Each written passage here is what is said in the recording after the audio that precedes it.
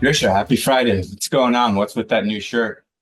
Well, it is Friday, and yeah, I like my t-shirts, but this one, excuse the grammar, okay? That's the only thing that's annoying because it's I'm a auditor, not I'm an auditor, and I'm a huge grammar freak. But it says to save time, just assume that I'm never wrong. Fair enough. I think that's fine. Let me ask you a more important question. Did you get that shirt at a discount? I did. I got a 5% coupon code. I had to discount it. You know, Nice. CPAs, we accountants, we love our discounting. Okay. Well, funny you mentioned that. Speaking of discounts, there's one discount that I personally don't love. Can you guess what it is? Discounts on future payments. Yes. Specifically, the ones relating to the long-term pledges receivable. What is that Okay. all about? What's going on? Well, again, we CPAs love our time value of money, right? That's really what it boils down to. So when I'm looking at getting funds in the future, obviously what it's worth today is not what it's going to be worth in the future. It's going to be less. We're talking about inflation, we're talking about rising costs. So we want to put it on our books at net realizable value, and that net realizable value is ultimately what it might be worth. We're estimating what it might be worth in the future based on today. So that's really Okay. what it comes down to. So conceptually, that makes sense, I should say. It maybe makes it worse too, but let me put it this way. What in practice, though, what's the timeline that we're referring to that the pledges receivable that would be subject to this fall under? Yeah, so we're looking at long term. So anything that is past 1 year from your date of the statement of financial position. So if you're a 630 year end and we're talking about 6/30/2024, if you're going to be receiving funds 7/1/2025 and beyond, that's really when we're going to be looking at wanting to see a discount rate applied to that particular pledge. Okay. Okay. So tell me about the discount rate, though. So that's always confused me. Is it the rate for the time period of the pledges at the time at the balance sheet, at the I should say statement of financial position date? What are we talking about?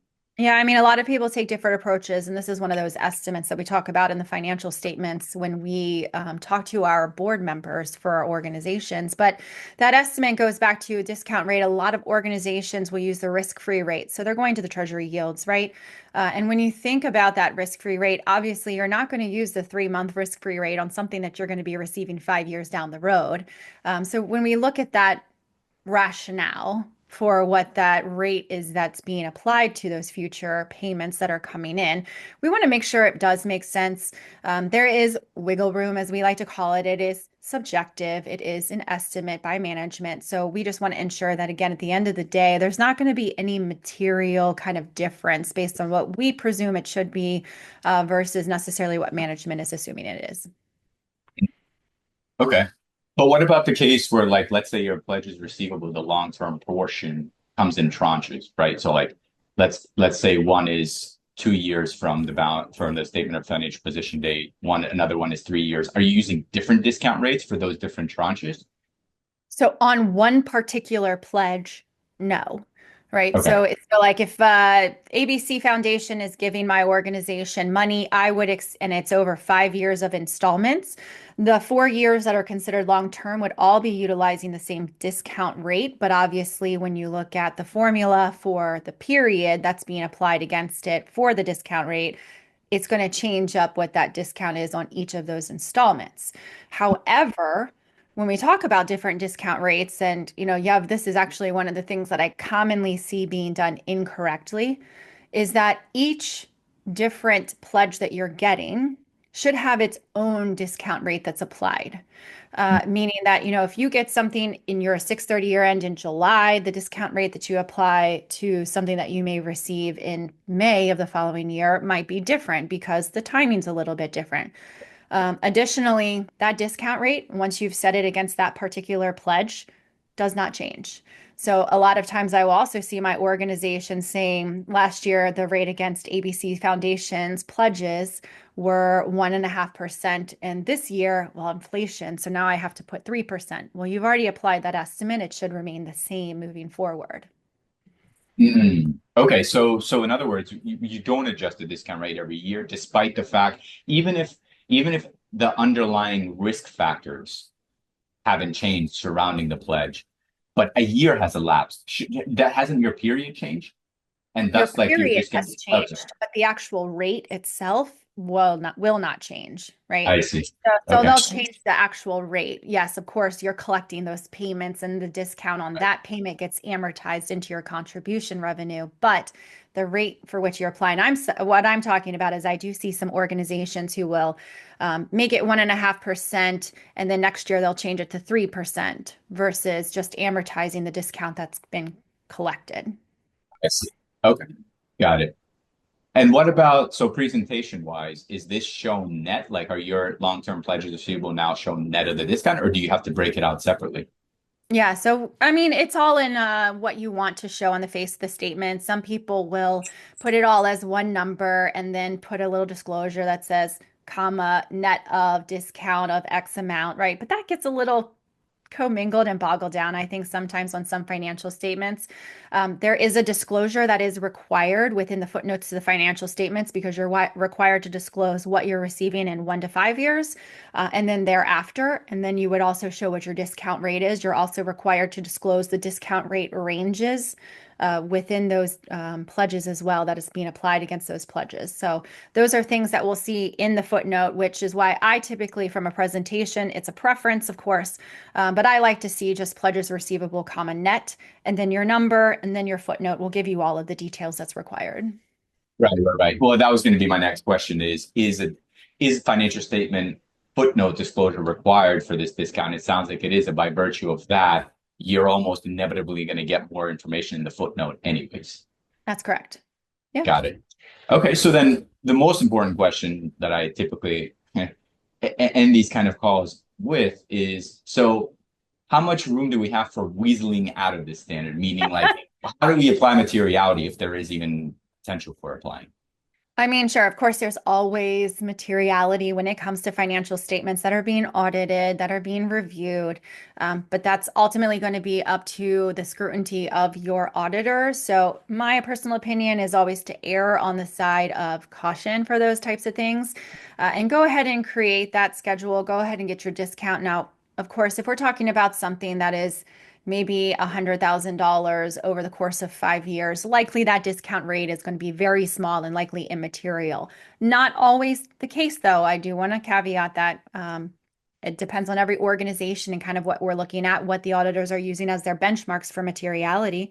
But that is a conversation that you can kind of have uphand and say, hey, can you kind of give me a gauge or a range of what we're looking at so that you can determine if it's worth your administrative burden, for lack of better words, to create that schedule and do the discounting. Yeah.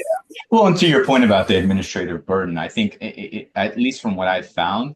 it's a fairly straightforward and oftentimes quick Excel exercise. So it really in practice, once you kind of do the analysis of your discount rate, you're really just applying the formula and it fairly quickly spits out the discounted value, and the difference between the original non-discounted and the discounted value is the discount. Yeah. Yeah. I mean, Excel's present value formula is very easy. A lot of my organizations don't struggle with this in terms of what they have on their books because it's only a couple of pledges, but I do have some organizations that have many. And that can become a little for lack of better terms, kind of difficult because you're tracking multiple different pledges, you're tracking multiple different types of installments in years, and you're tracking multiple different discount rates, right? So it can get a little tricky from time to time.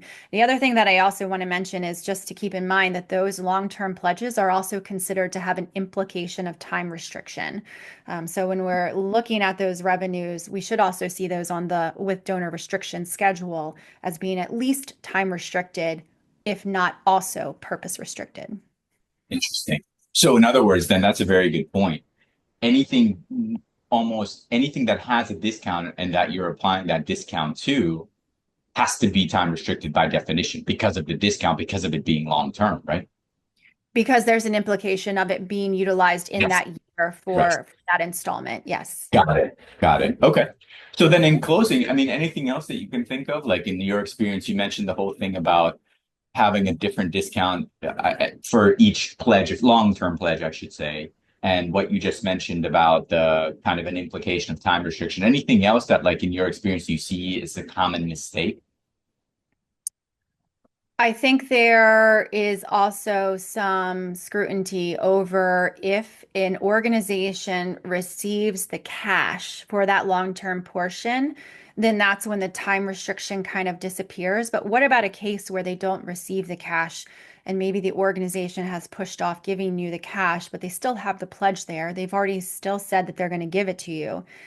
Does that time restriction then go away? Hmm. So in the back Interesting. of my head, we're looking at cash receipts as being the ultimate end of when that restriction is gone. In my mind, really, if you're looking at those pledges, again, that revenue was quote unquote given, not revenue, I should not call it revenue, that contribution was given for that specific period. So if that period is lapsed, even if you haven't received the cash, it kind of goes away, right? You've satisfied that restriction. You've satisfied that timing. Now, again, I do want to emphasize that if it's also purpose restricted, then you have to satisfy the purpose as well. And if you don't have those expenditures, then you're obviously not satisfying both. So keeping in mind, both do have to be satisfied. But again, when we go back to the standards, that time restriction has lapsed and can therefore be released even if the cash hasn't been received. Okay. Interesting. All right. Mhm. I think that's all I can think of. I mean, I think this is pretty clear. I certainly learned a lot. I think it's a little bit more involved than on the surface, it seems, but I think unlike kind of our previous discussion with CISO, it's probably not nearly as involved as CISO as far as like a true assessment of the business conditions, both internal and external. It's more, I would say, it's specific to just the long-term receivables. Yeah, I mean, it's anything that's considered long term, right? Like even when we think about our new lease standard and those future minimum cash payments that are required on our operating leases, we're doing the same thing. We're Yeah. discounting future payments back. It's the same concept. Yeah. That's true. It's just you're right. I mean, it's kind of been carved out specifically on, let's say, a subset of the statement of financial position. In this case, the pledge of receivable. But you're applying that concept, the underlying concept, the value of money, to a lot Right. of other line items on your financials. Basically, Correct. yeah, that's Yep. true.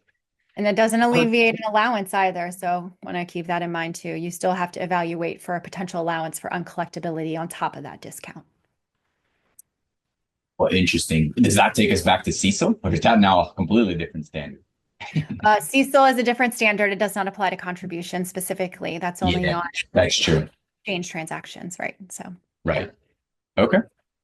All right. Well, thank you. Thank you as always for explaining it clearly. I always learn a lot from you. You're welcome. Ask the auditor. That's right. That's right. Yeah. And if you're wrong, just kind of assume you're right, right? Exactly. All right. Sounds good. Thank you, Tricia. All right. Thanks, Yev.